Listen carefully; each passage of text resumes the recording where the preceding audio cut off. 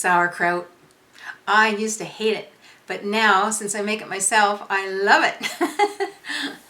I love the gut benefits I get from it. As Klaus Kaufmann and Annelies Schöneck say in their book, Making Sauerkraut. Lactic acid breaks down foods, making them more easily digestible. The lactic acid process brings about another boon, the natural preservation of the fermented food. Lactic acid bacteria prevent decay not only in food products, but in the bowels as well. Acetylcholine, which is produced during the fermentation, also prevents constipation. Lactic acid fermented products have a harmonizing effect on the stomach. They strengthen the acidity of the gastric juice when hydrochloric acid production lags, and reduce acidity when production is up. Isn't that interesting? Lactic acid acts like a key that fits neatly into the secretion glands of the stomach to lock and unlock the glands according to the needs of the organism. And it maintains the balance between acids and alkalis. Lactic acid also encourages the function of the pancreas, which in turn stimulates the secretions of all the digestive organs. Of special importance to people with diabetes is the fact that the carbohydrates in fermented foods have already been broken down and do not therefore make heavy demands on the pancreas. Fermented products are excellent for those with weakened digestive systems, often the result of eating nutritionally poor foods, exposure to pollution and disease, and are also a useful addition to the diet of cancer patients.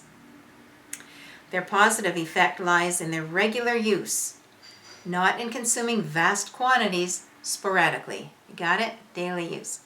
Accordingly, consuming 3 to 4 tablespoons a day, preferably raw, can be sufficient to ward off disease, constipation, and other intestinal problems. So there you go.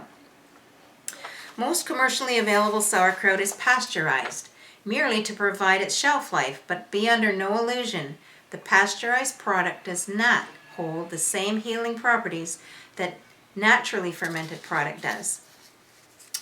Right? So here is how to make your own sauerkraut. You simply cut up your cabbage. Then you add your sea salt. And the sea salt will help break down the cellular structure and create the liquid. Then you jam it into a jar. That's just to get the oxygen out of there. And then put a leaf from the outer part of the cabbage on top and push it down so that everything is under the liquid. And that will create an anaerobic environment so that without oxygen in there, so that there will be no bacteria growth. Put your lid on lightly. Sit it on the counter to ferment. When it's done fermenting, put it on tightly and put it in the fridge. And how long will it last? It's preserved, so it'll last forever. How long do you leave it on your counter to ferment? It depends on how tart you like it. So test it after 5 days. If that's what you like, you store it away. I leave mine 5 weeks in the fridge. So I want you to watch the events on my website for my next fermenting class, and you'll do this yourself in my kitchen, and we will create not only sauerkraut, but we'll create pickled beets, and you'll go home with a jarl of your very own. So remember, this is daily.